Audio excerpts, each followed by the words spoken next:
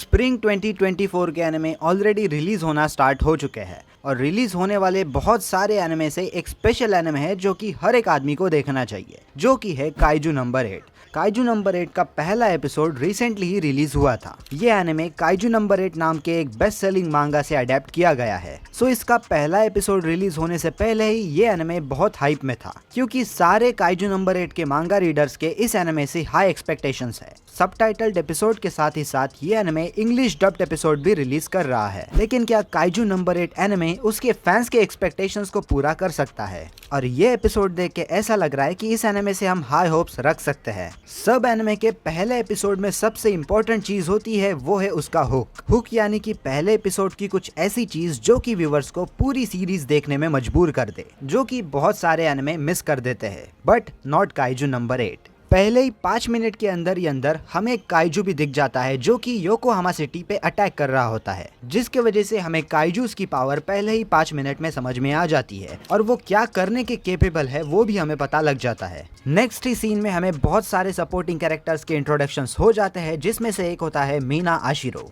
जो कि हमारे मेन कैरेक्टर काफका हिबिनो का बचपन का दोस्त, उसी के साथ काइजू डिफेंस फोर्स का कैप्टन भी होता है। इस एपिसोड का नाम था the man who became a kaiju और ये एपिसोड इसी एक्शन के साथ नहीं रुकता। ये फाइट खत्म होने के बाद अगले ही सीन में हमें और एक फाइट दिखती है जो कि होती है योजू के साथ। योजू यानी कि काइजू के कुछ स्मॉलर वर्जन्स। लेकिन इन योजू से फाइट करते वक्त और अपने नए कोवर्कर रेनो इचिकावा की जान बचाते वक्त हमारा मेन कैरेक्टर काफका हॉस्पिटलाइज हो जाता है। इस बैटल के अंदर हमें बहुत सारे एक्साइटिंग फाइट सीन्स और चेस सीन्स देखने को मिलते हैं। उसी के साथ हमें मीना की पावर्स और उसकी एफर्टलेस फाइटिंग स्किल्स भी देखने को मिलती है। और एपिसोड के एंड तक ऑलरेडी हमें एक ऐसा हुक मिल जाता है जिस वजह से हम ये पूरी सीरीज देख सके, क्योंकि हमें एंडिंग में पता लग जाता है कि हमारा मेन कैरेक्टर काफका ऑलरेडी एक काइजू पैरासाइट से इन्फेक्ट हो चुका है और वो ऑलरेडी हाफ काइजू में ट्रांसफॉर्म हो चुका है। सो इस हुक की वजह से डेफिनेटली बहुत सारे लोग पूरी की पूरी सीरीज देखने वाले हैं। So the next week the story can start right from there. इस पहले एपिसोड के अंदर किसी का भी टाइम वेस्ट नहीं किया गया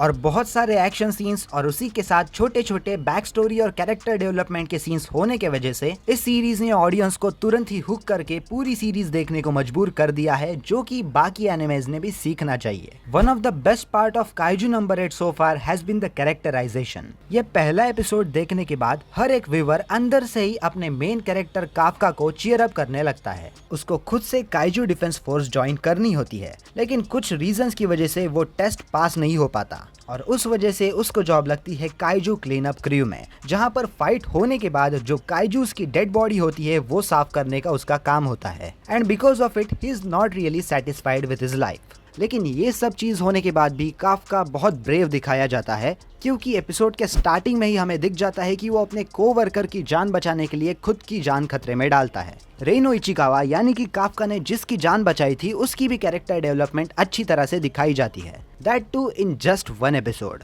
जब रेनो फर्स्ट टाइम काफका से मिला था तब वो बहुत ही एरोगेंट और बदतमीज था। काफका का काइजू डिफेंस फोर्स ज्वाइन करने का सपना पता लगने के बाद रेनो को अंदर से ही लगने लगता है कि मैं काफका से बहुत चीजों में आगे हूँ। लेकिन उसके साथ वो पूरा दिन बिताने के बाद और उसके साथ पूरा दिन काम करने के बाद वो धीरे धीरे सॉफ्ट होने लगता है। और इस एपिसोड में सबसे बेस्ट बात क्या है पता है? कि काफका हाफ काइजू बनने के बाद इचिकावा उसको छोड़ के भाग नहीं जाता, बल्कि उसकी मदद करता है, जिसका अंदाजा हम उसके इंट्रोडक्शन से बिल्कुल भी नहीं लगा सकते थे। So we found ourselves already cheering for this duo. Kaiju number 8 के पहले एपिसोड में ही बहुत सारे गोरी सीन्स है और मुझे नहीं लगता कि वो वाले सीन्स यहीं पे खत्म होने वाले हैं। इनफैक्ट आने वाले नए एपिसोड्स में हमें और ज्यादा गोरी चीजें देखने को मिलेंगी। ऑफ कोर्स एक साईफाई एक्शन एनिमे है, सो इसमें बहुत सारा खून और बहुत सारा वायलेंस मुझे ऑलरेडी एक्सपेक्टेड था।